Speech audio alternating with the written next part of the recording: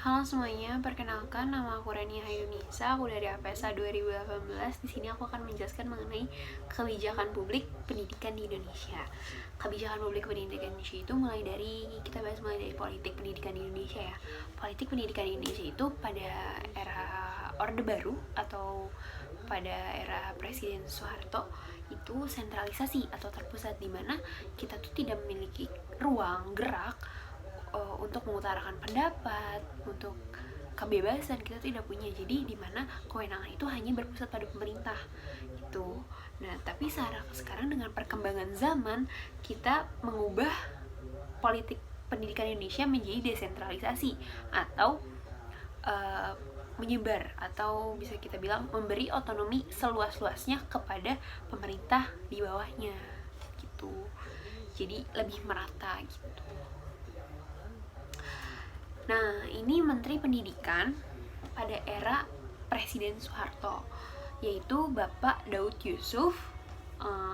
Pada zaman beliau, kita tuh tidak memiliki kebebasan sama sekali. Jadi dipaksakan paham-paham pemerintah Orde Baru tuh harus menempel pada benak anak-anak, baik anak-anak SD, SMP, SMA.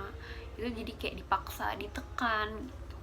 Terus tidak ada perbedaan pendapat, jadi pendapat itu tidak ada, jadi nggak ada perselisihan antar pendapat, sehingga melahirkan generasi yang semu atau latah dan penakut gitu. Nah, kebijakan desentralisasi ini sebenarnya bukan sebuah keinginan dan kemauan aja, tapi menjadi keharusan bagi bangsa Indonesia. 3 hal urgensi desentralisasi itu ada pembangunan masyarakat demokrasi, ada pembangunan sosial kapital, ada peningkatan daya saing bangsa. Yang menjadi fokusnya itu, jadi pada abad ke-21 kita mengalami krisis ekonomi, di mana Indonesia dipaksa untuk mempertahankan hasil-hasil pembangunan pendidikan yang telah dicapainya.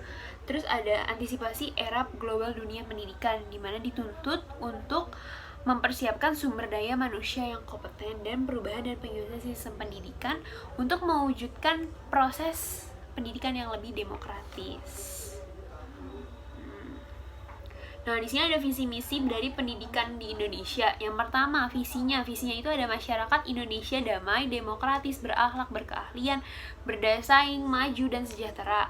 Didukung dengan manusia Indonesia berdasarkan hukum dan ideologi, menguasai ilmu pengetahuan dan teknologi, memiliki etos kerja yang tinggi dan disiplin.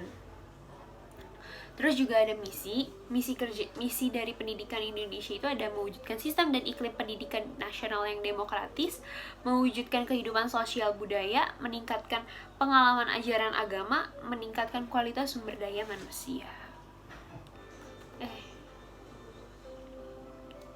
Nah, berikut arah kebijakan pendidikan Indonesia. Pendidikan Indonesia tuh arahnya kemana sih kebijakannya? Nah, itu ada perluasan dan pemerataan pendidikan yang bermutu tinggi, walaupun belum semua wilayah di Indonesia mendapatkan pemerataan pendidikan yang berkualitas. Ada yang sekolahnya masih di gubuk, pakai kayu, yang mungkin di pelosok-pelosok daerah. Terus meningkatkan kemampuan akademik dan keprofesionalan tenaga pendidik. Ada pembaruan sistem pendidikan yang selalu diperbarui dari KTSP, terus pindah ke kurikulum 2013 gitu. Memberdayakan lembaga pendidikan, pembaharuan pemantapan sistem pendidikan, meningkatkan kualitas lembaga pendidikan, mengembangkan kualitas sumber daya manusia. Jadi kalau misalnya kita menghasilkan sumber daya manusia yang bagus, berarti kan mereka mengajarkannya nanti kepada generasi di bawahnya, jadi hasilnya juga bisa lebih baik. Meningkatkan penguasaan, pengembangan, dan pemanfaatan ilmu pengetahuan dan teknologi. Nah, ini ada program pembangunan pendidikan di Indonesia nih. Sebenarnya ada 5, ini yang ada 3 dulu. Itu ada program pendidikan dasar atau prasekolah, biasanya kita nyebutnya SD dan SMP. SMP tuh ternyata bukan menengah, ternyata dia masuknya ke dasar, pendidikan sekolah dasar. Dan ada program pendidikan menengah, itu contohnya SMA atau SMU atau SLTP atau SMK, madrasah, ibtidaiyah, dan semacamnya. Program pendidikan tinggi itu contohnya universitas, mahasiswa. Jadi siswa-siswa dan mahasiswa gitu. Dan ada lagi program pembinaan luar sekolah. Pembinaan luar sekolah itu seperti apa? Jadi kayak semacam ujian kejar paket. Ada yang ujian kejar paket A, paket B, paket C, dan program penelitian dan pengembangan. Nah, pada era Bapak Jokowi, Menteri Pendidikannya menjadi Bapak Nadiem Makarim. Dia dulunya CEO dari Gojek. Dan Nadiem Makarim mengeluarkan 4 kebijakan. Yang pertama itu, ujian nasional diubah menjadi asesmen kompetensi minimum dan karakter. Ini tuh dilaksanain enggak di kelas 6, kelas 3 SMP atau 3 SMA, tapi dilaksanain pada kelas 4 SD, kelas 8 SMP, dan kelas 11 SMA. Ya. Terus USBN dikembalikan ke sekolah. Kenapa USBN dikembalikan lagi ke sekolah? Karena biar sekolah bisa lebih menilai kemampuan siswanya lebih efektif gitu. Ada rancangan RPP. RPP itu rancangan rencana pembelajaran, pelaksanaan pembelajaran. Jadi akan lebih efektif dan efisien. Yang dahulunya itu berhalaman dan sekarang menjadi 1 halaman aja. Terus ada PPDB zonasi. PPDB zonasi itu penerimaan peserta didik baru. Jadi untuk SMP dan SMA. Sebenarnya ini agak mengandung pro kontra yang cukup luas ya, cukup banyak, karena dia karena jadi kayak misalnya orang yang udah bekerja, udah belajar mati-matian, mendapatkan hasil yang bagus, tapi nggak bisa masuk ke sekolah yang dia inginkan karena PPDB zonasi ini. Tapi menjadi kelebihannya juga adalah ini tuh menyamaratakan semua sekolah, jadi nggak ada sekolah yang lebih unggul, mana yang nggak unggul gitu. Nah, ada Manajemen Pendidikan Indonesia. Manajemen Pendidikan Indonesia itu berpusatnya di Kementerian Pendidikan dan Kebudayaan. Untuk daerah provinsinya ada di Dinas Pendidikan Provinsi, dan untuk kabupaten atau kotanya Dinas Pendidikan Kabupaten atau Kota. Nah, pendanaan pendidikan Indonesia itu sumber anggarannya berasal dari APBN, Anggaran Pendapatan dan Belanja Negara. Terus untuk provinsinya Anggaran Pendapatan dan Belanja Daerah Provinsi. Terus ada APBD Kabupaten atau Kota. Nah, untuk sebagai pembandingnya, aku membandingkan dengan politik pendidikan di USA atau Amerika, di mana orang tua di Amerika itu tidak melihat pendidikan formal sebagai yang seharusnya.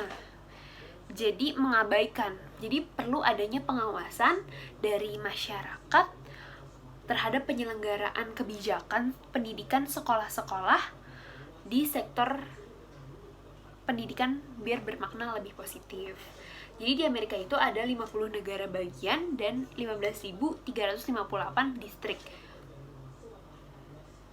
Nah, tujuan pendidikan di USA itu sama. USA sama Indonesia sebenarnya sama, menggunakan kebijakan desentralisasi.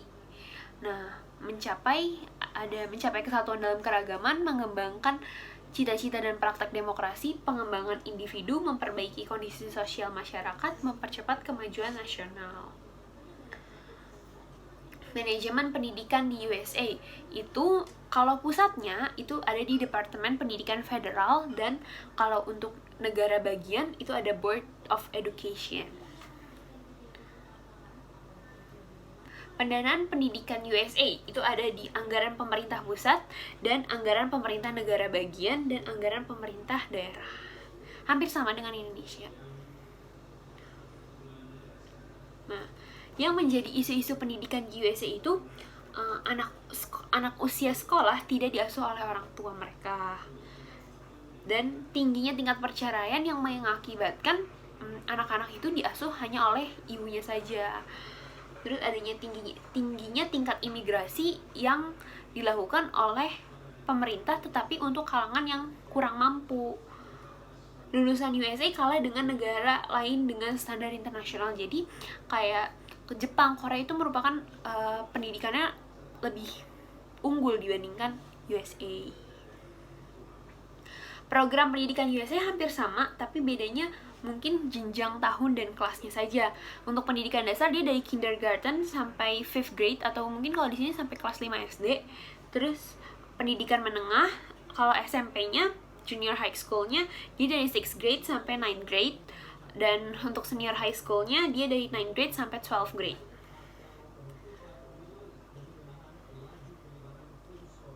Nah, ini tuh ada program pendidikan tingginya. Jadi tetap ada pendidikan tingginya itu universitas. Nah, perbedaan pendidikan di Indonesia dan USA itu yang paling mencolok adalah dimana tingkat buta huruf di Amerika itu hampir tidak ada, tetapi di Indonesia tuh pada tahun 2018 mencapai 1,93%. Dan lulusan di Amerika Serikat itu dia tuh nggak mementingkan kayak nilai tuh kayak nggak terlalu berharga gitulah. Jadi nilai rendah nggak apa-apa, tapi mereka tuh mempunyai biar menciptakan ide-ide kreatif gitu. Berbeda dengan lulusan di Indonesia yang kalau misalnya waktu zaman aku dimana nilai itu sangat berharga, jadi kita bisa dinilai pintar atau enggaknya sebenarnya dari nilai gitu. Jadi orang tuh kejar-kejaran untuk mendapatkan nilai yang baik. Tapi sekarang Indonesia udah menerapkan pendidikan 4.0. Pendidikan 4.0 itu ada 4 keterampilan yang harus dimiliki. Itu ada kolaborasi, komunikasi, berpikir kritis, dan kreatif. Mungkin hampir sama dengan Amerika Serikat. Nah, kesimpulannya, kedua negara tersebut, Indonesia dan Amerika, memiliki sistem pendidikan yang sama, yaitu desentralisasi, di mana penyerahan kewenangan ada di daerah. Jika dilihat antara Indonesia dan Amerika, yang membedakannya adalah kurikulum dan jenjang tahun selama pendidikan. Dalam kondisi ini, peran masyarakat menjadi lebih penting. Mau di Indonesia ataupun di Amerika, yang bergerak nggak bisa pemerintah aja, tapi kita sebagai masyarakat yang ada di lingkungan ini harus tetap bergerak memajukan pendidikan bangsa. Di Indonesia tingkat buta hurufnya itu mencapai 1,93% atau sekitar 3.290.490 penduduk di Indonesia pada usia 15-59 tahun. Jadi masih cukup banyak yang menjadi pusat perhatian pemerintah. Terus di pemerintahan sekarang ini bisa menjadi fokus untuk mengembangkan dan meningkatkan kualitas dan pendidikan. Sekian yang bisa aku sampaikan. Kurang lebihnya mohon maaf. Assalamualaikum warahmatullahi wabarakatuh. Bye-bye.